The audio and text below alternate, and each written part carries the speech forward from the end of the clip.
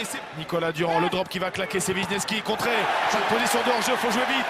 Passe pivot avec Thomas, il faut pousser au pied, il faut décaler. Audra face à Soba, Audra qui revient à l'intérieur, avec l'essai d'Amorosino. Personne ne reprendra. Amorosino qui marque en contre.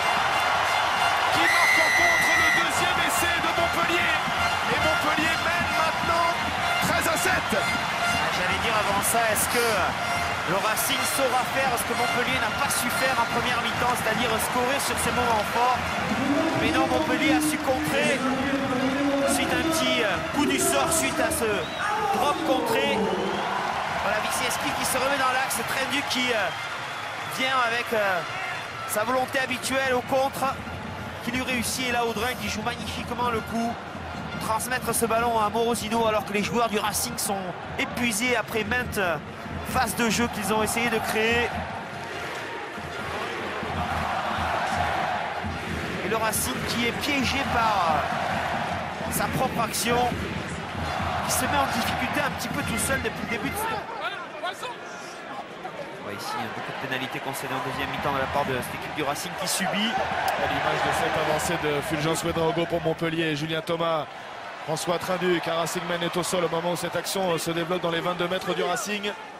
C'est Van der Merwe justement qui se replace en boitant. Attention dans la ligne encore, Ouedraogo qui est échappé à Tugala.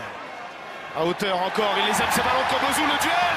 Oh, le bon plaquage de Hernandez, mais attention à Amorosino qui est sorti, qui va trouver du soutien, et c'est en coin de Santiago Fernandez. Le soutien de Montpellier fait la différence. Montpellier mène désormais 20-7 avec un troisième essai. J'ai l'impression que physiquement, cette équipe de Montpellier est supérieure à celle du Racing. Dans les contacts, ils arrivent à transmettre le ballon, beaucoup plus de disponibilité autour du preneur de balle. Est-ce que vous avez noté la fan de passe par-dessus la tête de Amorosino? Ouais, Amorosino, et puis j'ai noté aussi le très bon plaquage d'Hernandez, on le voit ici, qui va repousser Combezou. Voilà, lui tout seul, il ne peut pas sauver cette équipe du Racing, et là, surnombre offensif.